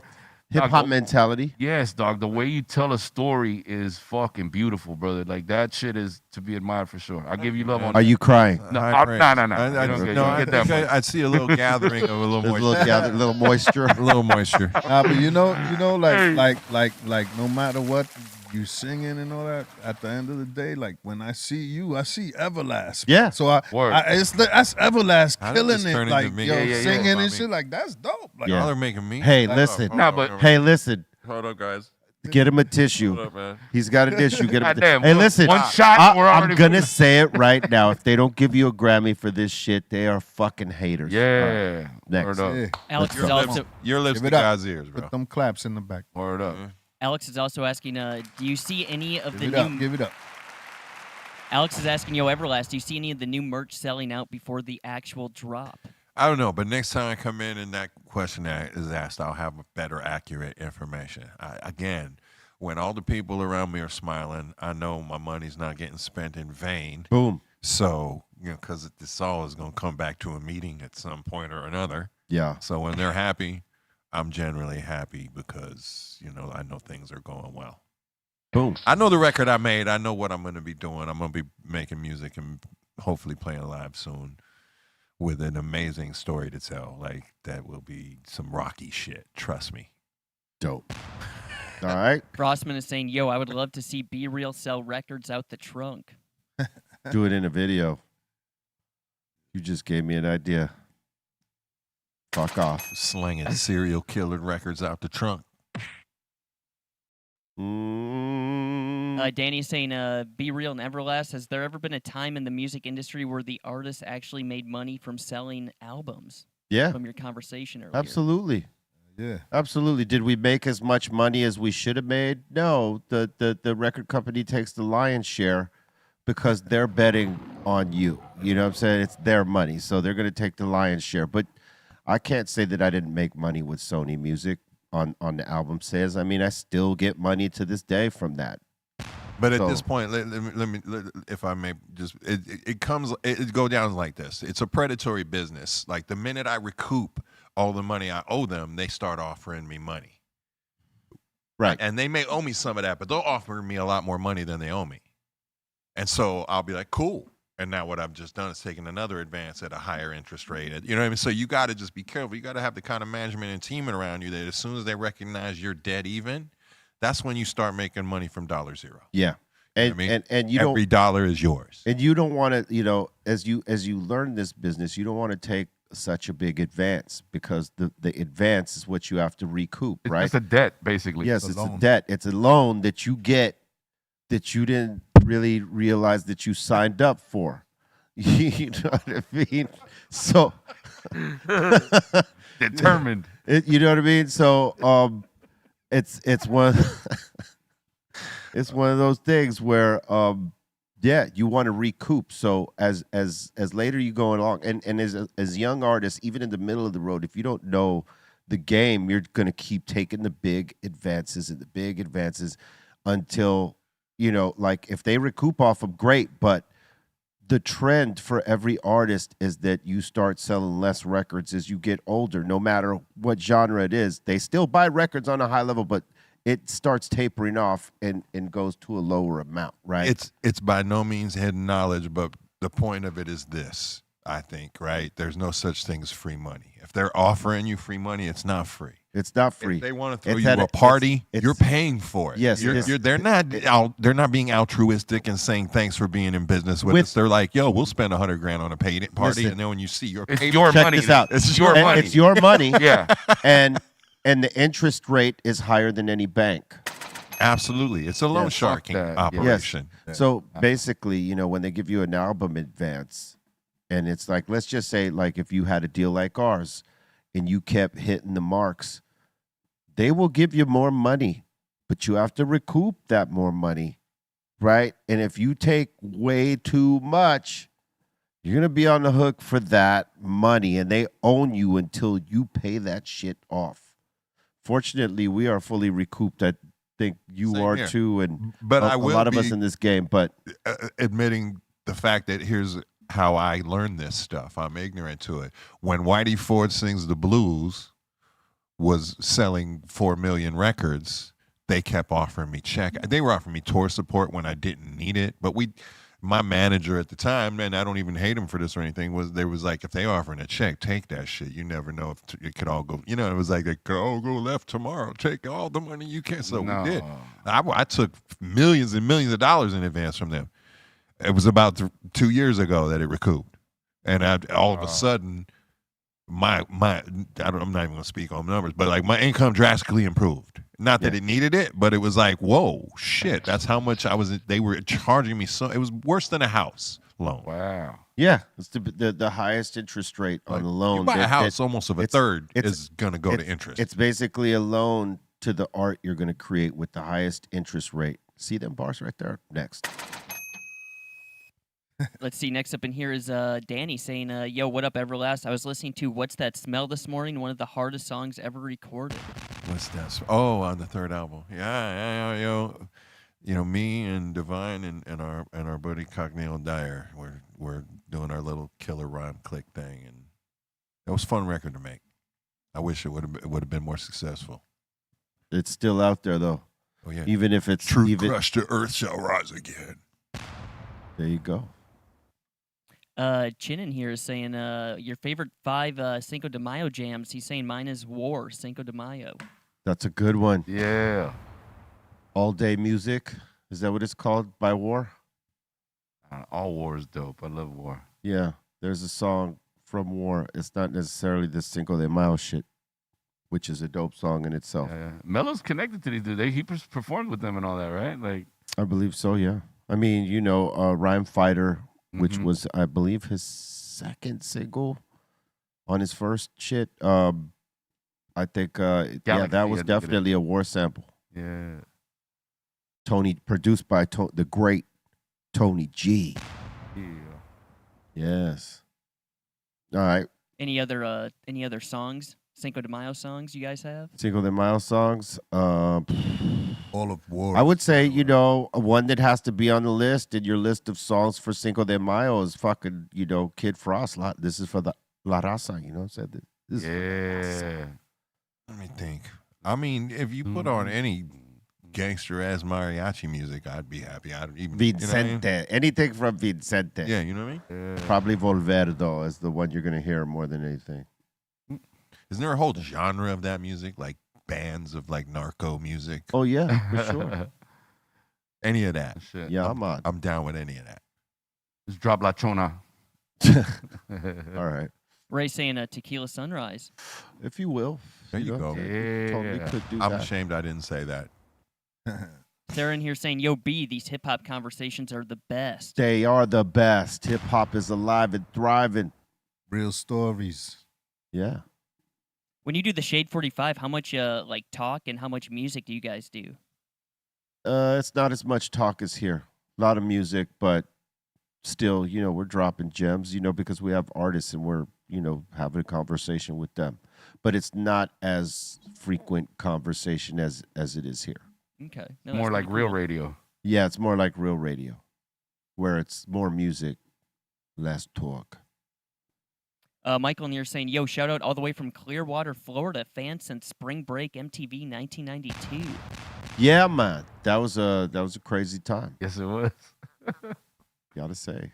Busta Rhymes showed us the scenario video. I'll never forget that shit. Yeah. Before it came out, we had a chance to see it. Scott saying it's my homie Brian's birthday today. He's a big Cypress Hill fan. Happy Cinco de Mayo, he's saying. Right on, Props Cinco to de the Mayo. table. Right on. Yes, sir. Happy Salute. Someone here saying, yo, Everlast, according to an old interview with DJ Lethal, he explained that Jump Around was influenced by Jamalski's Jump Spread Out. Really? Jamalski. Jamalski. Jump, Yeah. spread out. More of a Shabba Ranks shout out is what I've told the story before. I just wrote a rhyme to the beat, and I was a big reggae fan, and I knew Jamalski back then in L.A. But it was like, a Shabba Ranks, jump around if you love freedom, jump around if you love culture. And Yep. Muggs, again, had just seen, I think y'all had just come back from tour with, like, Leaders of the New. Yeah. And they were doing this jump thing that yeah. wasn't even part of a song. It was kind of an in-between thought. He's like, yo, don't do that. We're going to do jump. jump around and say jump a lot. And I was like, all right, cool. He was the producer. I didn't have a record deal even at the point, and they had Killer Man on the radio. So I was like, let's go. Yeah. But, and then, so, yeah, I mean, not that Jamalski wasn't an influence. I really. He was dope. Yeah, I still play that shit. When I was carrying record crates to try and get on the mics of some of these clubs in LA, he was killing things. So. Yeah, salute. But Shabba Ranks was fucking dope. You know what I'm But saying? that's where I got the jump around yeah. if you love her. I forget. I don't know. Remember the song. Yeah, man. no, I know the song. I don't remember I don't know the if title. If it's early oncoming dementia or I'm just too much of a stoner. Nah, But, I don't remember that shit either. No, man. Hey, Shabba's catalog is fucking second to none, man. You know what I'm saying? I had like most of his shit, because I was a big fan too. Ting-a-ling is my shit. Ting-a-ling-a-ling. School bell ring. That's my shit. Booyaka, booyaka. Oh, he had all his songs were provocative.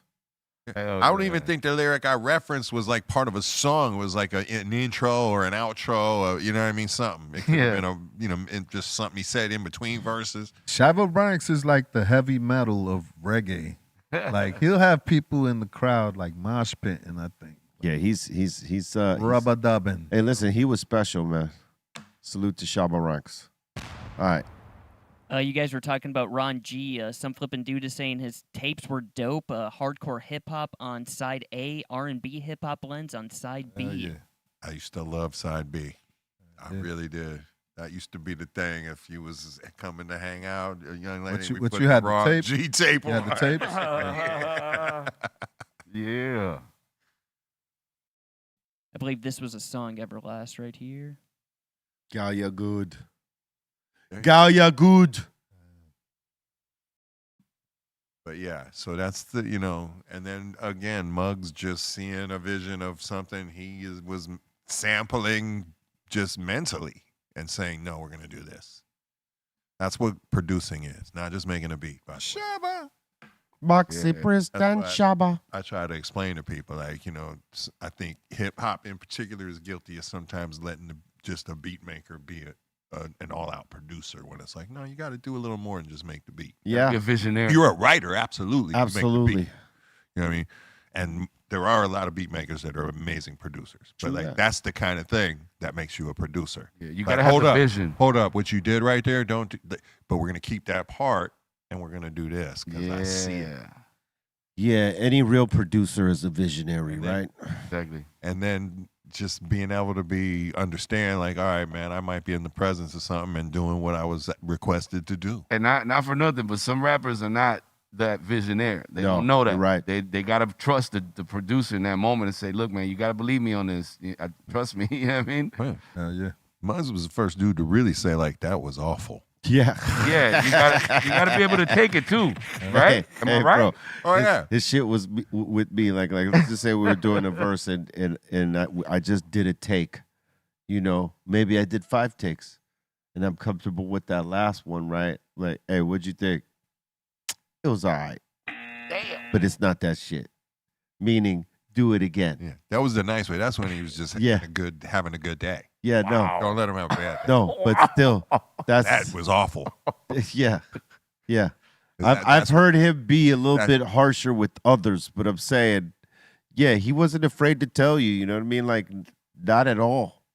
If he really thought it was whack, what Everlast? Those are my favorite people, bro. Just look me in the face and be honest. Like, I can take it. You know what I mean? Don't bullshit me. Just give me the truth. You know what I mean?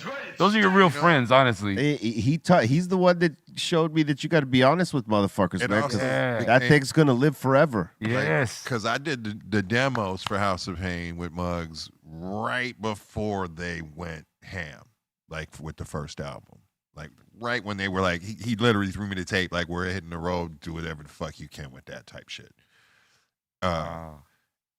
So by the time he came back and we were making an actual album, his confidence was, he Yeah. wasn't questioning himself. Yeah, he's Hell not what yeah. he wasn't. He was like, nah, I know what we're doing here. Hell yeah. So Still- I was like, let's do it. still. Let's go.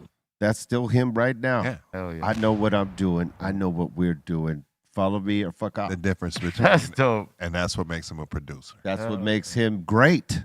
Hell yeah. You know, in terms of what he does, you know, if you want the recipe, you need to follow what the fucking master says in that recipe, man. Don't be trying to add no variables. Yeah. You go with him, you know, if he's saying, hey, this, that, and the other, then you do this, that, and the other. Go with the flow. Because, you know, because the one thing that I know about Muggs is that he knows his name lives on it too. And he ain't going to take no chance if you ain't got the vision, and he does. And if he tells you what it is and you follow it, bang, magic. If you don't, scrap. Oh, if he calls me for a record, I'm showing up just because I know there's a vision already. Yeah. Like there's a reason I'm getting called. It's chemistry, and he's Like- telling you what the next chemical is. I see And you something. trying to throw some other shit in there, you're gonna fuck up. Yeah, the whole don't fuck it up. Let's do this thing. Don't fuck Yeah. it up. You trust in the producers like that. Yeah. Like that. If RZA's telling you, hey, no, that ain't the verse, then you listen to RZA. You know what I'm saying? If Muggs is telling you that, he's going to tell you that. You listen to Muggs. Dr. Dre tells you that. Dr. Dre tells you that. Yeah, DJ okay. Quick tells you that. Psycho Leezy definitely Psycho told Leezy, a few motherfuckers to do this. Silent Psycho Leezy tells you that shit. You better listen. Few motherfuckers, I have to Word. tell. True that. All right. Median here's asking, B, if you could turn another Cypress rap song into a rock version, what would you choose? I wouldn't choose anything. I'd just make a new version of, or a new song, you know, to some rock shit. I don't know, but I know your question is specific. I can't just cop out like that, right? So, like, I'll say Pigs. That'd I'll be a say good Pigs one with because the it's a long verse. and a I could hold on. nasties. It's a long verse, and I could break it up in pieces and do some different things there. So it would be Pigs. Oh, just like a dude like Rick Rubin on drums, not the producer, the drummer from was it the Black Keys, or I think it's the Black Keys, and just a nasty slide fucking You're picking up what I'm distorted saying. guitar. Fuck yeah. You're picking up what I'm My fucking choice, saying. personally, if I can have a choice, it would have been Killer Man. Why don't we? Well, you know that's already been done. You know, Oh, yeah. Rage did it Rage and all did that, that, stuff. that's But right. I They would, didn't do a bad job either. and besides that, you know, I would say Pigs just because I've heard this in my head, right? Like Warren Haynes on guitar and dude on drums. I heard like, what song is it from Zeppelin? It's a Zeppelin song where the timing could work, right? And doing Pigs to something heavy like that in the key of what that Zeppelin song was. I'm trying to remember which Zeppelin song it was, but I would most definitely redo Pigs heavy, like fucking metal style.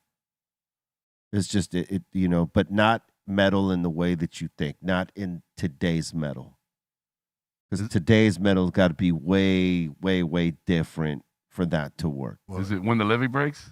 No, it's not When the Levee Breaks. That's too slow. Nah, but what you're saying is exactly the tone I'm talking about. Like the guy Warren Haynes, he's from a band called Government Mule, among other things. And his Yeah. Oh yeah. Yeah. fucking he's ill. He played on a couple Yeah. of my sessions, you know, gratefully. But like I could hear him and that Rick Rubin dude on drums and Pigs and just some wild, distorted slide blues version of guitar and drums. That'd be ill. Bring it. Be wild. Let me produce it. I think it's how many more times. There's a part. Yes, there's that part, but it's where it breaks. Like, because that song is a very long song, but it breaks into two different pieces, maybe three. And there's one piece in there where it, you know, I heard Pigs on top of that. And if I could get like that vibe on that song, that'd be the song. All right, questions that answered. Next one. Mason's asking, have you guys ever come across a musical instrument that is also a bong or smoking device? Never.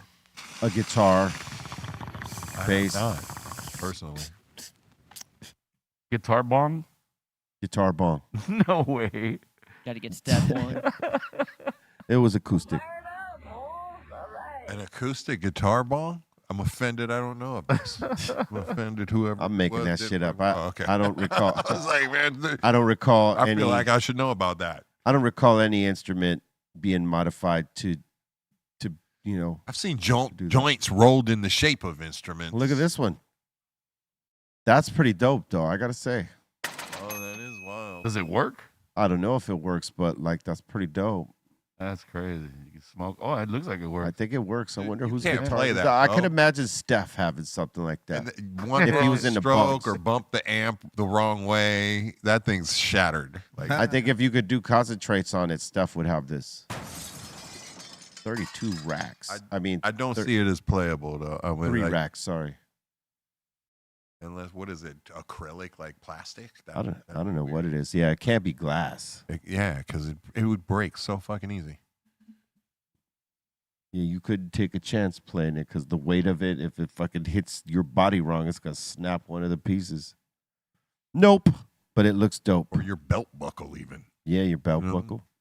Is that a thing? Do people wear belt buckles? I see kids just wearing like shoelaces nowadays. Some people do. The fuck is Grown folks do. some jail shit? I, Name that- I think it's some skate shit actually that's kind of Okay. become a more popular thing. You remember nameplates, yeah, the name. Yeah, hell yeah. chains? Love Yep. that shit. And Some the people bringing use that those back. as belt buckles. We're getting too. some made.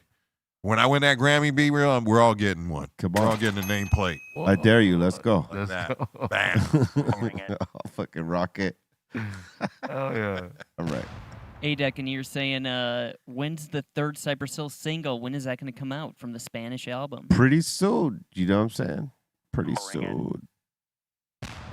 And Gunn in here is asking, when can I get some more insane OG seeds? We need those. We're gonna probably break more of those out with also another added on strain. So just be ready. The Great Pretender's asking, are there any rock bands that you guys really like that incorporate a DJ cutting it up on the tracks? Cutting up on tracks. Obviously, Slipknot, Slipknot, yeah. Incubus. I mean, Slipknot, because you know, my man Starscream, my man Sid, he is a beast on them turntables. So he could do a lot of those things that a lot of these other DJs that DJs for some of these bands can't do. Word up. I mean, Crazy producer too. yeah. So salute to Starscream. Other than him, DJ Lord. Saying you could put him with any band and he'll fucking kill it. But yeah, Incubus. Yeah, I love the way Their he does DJ gets down. it. Yeah. I've been doing that shit too for a minute. I did it I with think Send he Dog did some too. of the cuts on the Whitey Ford album. Marshall, I think, is his Marshall's the shit too. Yeah. Shout out to him. His shout out. It's- dude. I it's ain't really talked to him dope. in many, many years, but I think he did cuts on the first Whitey Ford album. Yeah, it's dope, and I think it's really underrated to have a DJ like really use it as an instrument in the band, man. You have to, And if man. not, it was the second album. He definitely did some cuts. Listen, I advocate for DJs because realistically, if you're only using your DJ to start and stop songs, and you're not letting them incorporate their skill set, you are shortchanging them fans out there, and you're wasted my man's time. Word, man. Shout out to Straight up. Crooked Trees. Mellow Man Ace brought me on board with this reggae band. They're reggae like at foundation, but they incorporate hip hop shit. It's a mix of shit, and it's really dope, dog. I get to flex up there with the turntable and fucking.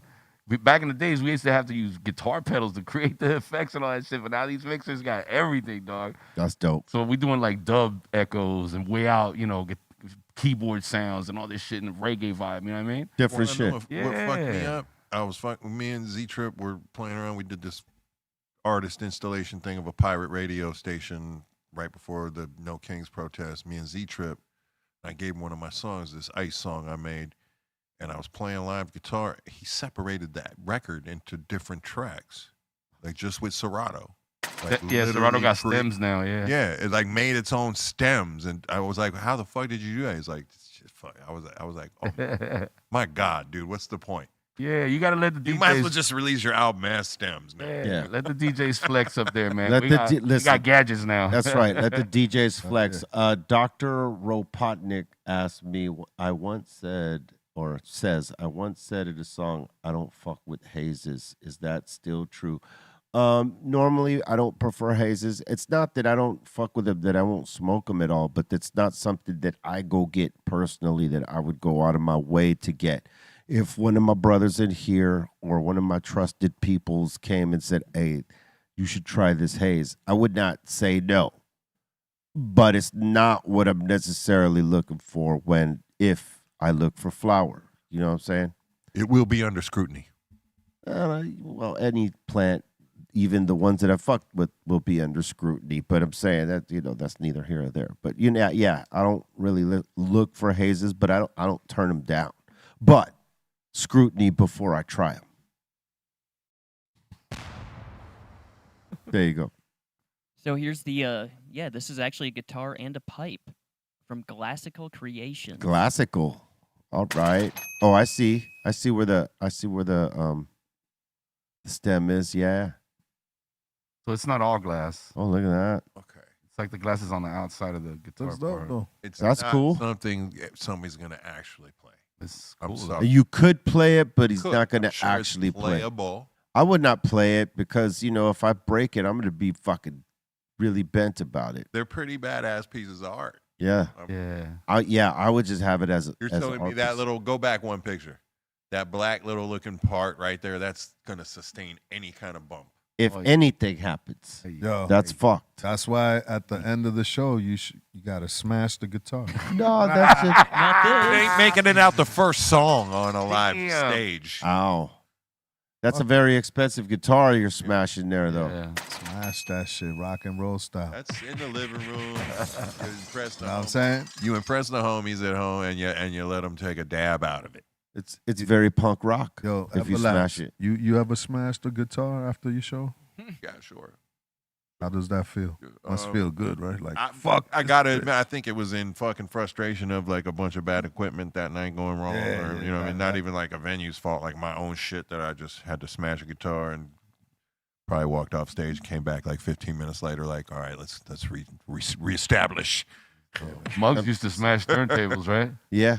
Sometimes you Dude, got to reset. You know what I'm saying? The first time we ever did it was he was there at fucking Ramones. We opened up for the Ramones, and it was the worst booing I've ever had in my life. At that show, I remember you Yeah. telling us. And this dude still stepped out on stage Hell yeah. after 3 songs of booing. When I was like, "Dude, chill," he was like, "No, fuck that." Let's get him. We did that, and then we did jump around, and I Well- smashed turntables. well, they didn't we know- were throwing them into the crowd, all the pieces, like we were. They didn't know we were as punk rock as they were. You know what I'm Hell saying? They didn't realize that part. A couple of the All right. guys jumped into the pit and started their own. Our homies like jumped in there and started beating up the goth-looking white people that were just booing the shit out of us. It was horrific. Oh shit. I can laugh now, but that night, whoo, that was horrific. Word. All right. I don't really have any more comments or super chats. I did get this sent in by Eric Bobo. He had to take his cat to the vet. Oh shit. All right. What happened with his? Oh. Wow. He's like, get the fuck off me. I don't know you. Very aggressive cat. Is this like for real his cat? No. Oh, That's not one of his cats. like, That's somebody's cat, but it's not his. so we're mocking his pain right now. How He's do like, we what, know he's he- like, what are you guys doing to me? Oh, I think it. Man. Cats can be vicious. You ever seen Pinky the cat? Oh, we're gonna look that one up one day. Can't fuck with cats. Google that. Well, I hope everything's all right with your cat, Eric. Yeah, how do you even work with that thing? How do you even live with it? You have to sedate it. There's a cage that they can kind of shrink where he's kind of smashed in, and then they inject him or whatever. They're kind of stuck. They were doing it right there. They were giving him a little shot in his ass. But they pulled him out. That So they motherfucker could was chill biting. him out. He was wilding out. He's wilding out. Oh man. I mean, cats will fuck you up, dude. Yeah, they look, will. look up Pinky the cat. This guy's like he's trying to give up this adopted cat, and he for some reason ties it with a leash. If And there's then- if there's a magical realm between animal and the netherworld, the cat walks that borderline. Somehow. Hell Bro, yeah. they do some wild shit. Yeah, they'll fuck you up. I've seen a cat jump up like 6 feet and land all 4 feet on the edge of a shower door. He's like, you think you can jump Like around? whap. Yo, Nick, yo. and look at you like, uh-huh. I seen I could kill you in your sleep. I seen a cat jump off a 6-story building and land on the grass and keep running. New York. Swear to cat. God, in New York, in the six stories from the roof. Yeah, cats are different. That's for sure. Hell All yeah. right. That seems to be it so far. All right, bet. Salute to all y'all. Thank you for your super chats. Thank you for your submissions and all this. Yeah. Cats Super are cat. different. Super cat. Super cat. Super cat. Like Right. I could believe Bobo would send something like that, but those aren't his cats. There's no fucking way. So Bobo, you Even good? funnier. Yeah, he's good. His cats are good. They're mellow. That cat was wilding out. But I would imagine there's dogs that fucking resist all that shit too when you take them to the vet, man. Oh, yeah. They don't want to be there. It's a traumatic experience for them. Dogs will forgive you quick, though. Yeah. Cats Cats like, won't. fuck Yeah. you. Look at here goes. The rest of the time. Ha. I'm Wow. going to slap the shit out of you once a day. Did you see that cat that leaped out the window right now? Look at that. Look at that motherfucker. See, he spread his shit like one of them Good. gliders. Kept it moving. He said, I'm gonna Look, glide. I'm gonna glide down. Ooh, I'm going to soften the blow. Bow. And land on my tummy. Yeah, but you know what? We don't know if his legs is broken. And he don't care. He just ran off. He's If like, they are, he's just like, I'm gone. I'm out of there. He's crippled. That place was burning. About. And he made it. Jesus. What were you talking about earlier? What? Oh, The horses. horses, yeah. Horses, yeah. Horses haven't gotten their flowers in civilization's existence. For sure. Yeah, we were talking about this off air. And they don't forget. Yeah, they're For real. yeah. Yeah, you better not be a dick to a horse because they'll remember that shit. No horsing around. Fuck you. Horses. No Hey, horsing hey, around, man. enough with the horse play. Right? Oh, shit. All right, next one. Oh, we don't have a next one. My bad. I'm high. Sorry. Here we Excuse go. me. Scoozy. That mess. Have you guys ever rode a horse? Anyone here? Me, yeah. Ridden a Couple horse many times.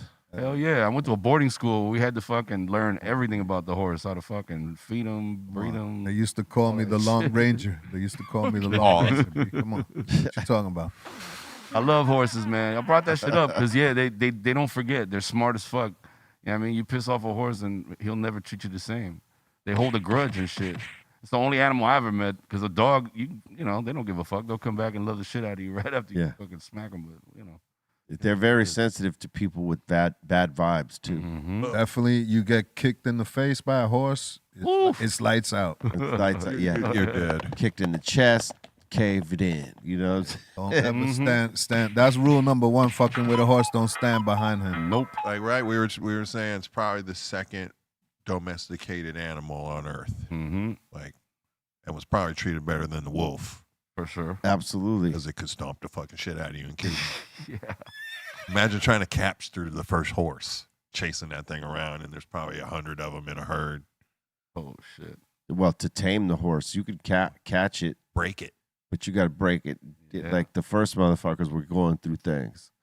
They were going through it was getting bucked off the horse too many times. Hell yeah. It's like who breaks first, the human trying to break the horse or the horse? Yeah, good luck. Well, you know, some of these guys were good. You know, they knew how to break the horse. But you know, some horses will not be broken.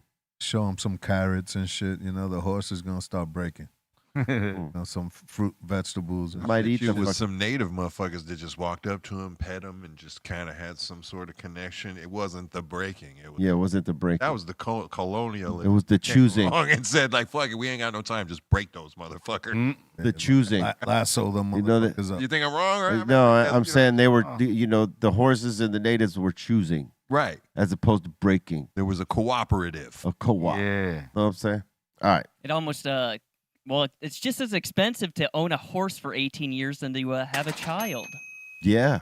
Yes, it is. Having a horse man. is expensive. Hell, Good. yeah. Fuck yeah, it is. You got to buy it hay. You got to clean up its shit. You got to make sure it's clean, healthy. Yeah. Just stall that motherfucker. That shit's And, expensive and too. you got to, you know, have a stable for 'em. Yeah. Yeah, you can't keep a fucking horse in your crib. Damn, see, I mean, I love my kids. Going to work. I was fully prepared for my children. Yeah. Like, right? But I think that right there is a number you should be shown in the 12th grade. Oh yeah. For real. You should be shown, like, this is what it's going to cost you. And if we project what, and then we easily can project whatever inflation. This is what it be. will cost your It's parents. probably going to be closer to $500,000 for you, bro. They should teach like sex education and economics together. Yeah. Yeah. Everybody, not just Yeah. boys, everybody. Then they should, as long with teaching taxes and how to open a checking account, but they don't do that. I wonder why.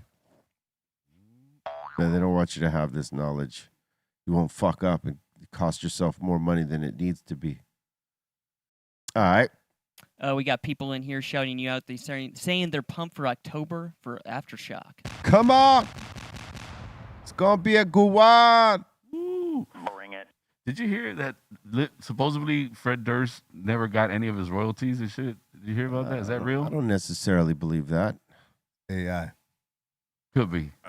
Mm, Be seeing all this shit on IG and I scratch my head like, what's real? I don't even know I what's don't real. know. I don't know his I mean, business like those that. guys, and I'm not going to pretend like I know their personal business, but I remember they toured like they had many buses. Their stage setups were always phenomenal Huh. and just over the top extravagant. Wow, that's And okay. so, I mean, maybe they were taking that money, like I said, in advances. Who knows? Whoever was guiding them, if that's the real case, that's crazy. $200 million in royalties. I mean, what label were they? Well, signed God to? bless you, Universal, man. I hope huh? you get it, Fred, because I'm going to tell you one thing about that guy right there. Every time I ever raised money for a charity or something like that, that guy's name was on the list, never said nothing about it, never like potent. Like that guy's name was always on the list. Always. Awesome, dude. Yeah. Got love for you, bro. Get that. I hope you win Hell that money. yeah. Yeah. Send me a watch when you do for the good luck. If they wrote that, The Irish guy saying, get it. hey, if they wrote that, they should get it. That's right. All right. Let's see. Flip Records, Interscope Records. Yep. Oh, Flip Records, huh? That's who got him? So who's he suing? That would be Flip Flip, Records and Jordan? Interscope. Yeah, he's suing that guy. I can see it. Yeah, Jordan was like, the head of their label for a long time. Dude, I remember meeting them in Florida. They opened up for a show somewhere, wherever they were from, I think Jacksonville. And we had like 4 more shows in Florida. And we didn't really have openers. And Fred was like, can we open for you tomorrow? And we were just like, fuck it, dude. If you can get there, you can open. We don't care. But like next 5 nights, they were there and they opened. And that's how Lethal got to know them and wound up in their band later. Wow. Yeah. Yup. Cool. There you go. There's a nugget. Only on Dr. Greenthumb. There's a nugget for you. Word up. Hell yeah. What are you guys gonna eat for Cinco de Mayo? You guys going out? We going to the bar, B? The Barbie. No, we going to the bar, B. Are we going to the bar? Yeah, we going to the bar. Have some margaritas. What we doing? I had 2 shots already. He's ahead of you. I ain't going to no damn bar. We going What to bar are the you local. going I to? was gonna go to the local bar, just a couple blocks away. Yeah, right. Let's go. Right. Be Yeah. real at the local Right. bar. I don't see you at any of these local bars down here, bro. Snapchat that shit to us, bro. Maybe up in Strong Beach, there's a couple of bars you go to, but Damn. We're over there in West Hollywood, maybe? no, that's not where he hangs. Oh, All right. That seems to be it so far. Word. Thank you very much for all that. And we want to thank you for your time, energy, and support, and love, most of all.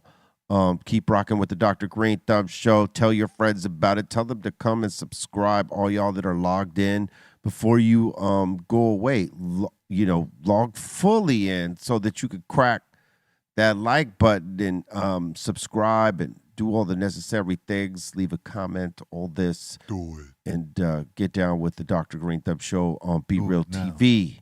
Do it.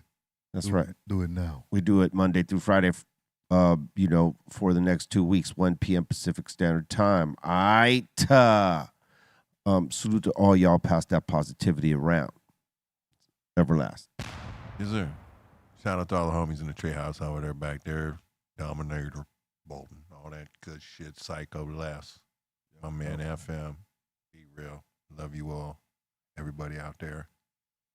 Keep supporting. I'm going to come out there and play some music soon. Let's go. Psycho Leezy. Yep. Salute everybody on the chat, hanging out with us. Salute to the crew here, Dr. Greenthumb crew. Also, if you're on the IG, follow me at the new Psycho Les page. Go to the website, thepsycholesshop.com. And word, peace. Keep making us number one. Yo, shout the Insane Asylum, shout to Ray Morning, shout Film, shout to the Dominator. What up, FM? What up, everybody? Big up to everybody tuning in. Shout out to my brothers here at the table, everybody in the treehouse. Check me out on IG, DJFM_LA. Big up to everybody that got tickets to the next Crooked Tree shows out there in Denver. It's with Bone Thugs and shit, all the original members too, man. It's gonna be dope. Yeah, check me out on IG and stay up. See you guys soon. Peace. Be honest with yourself. Swallow that.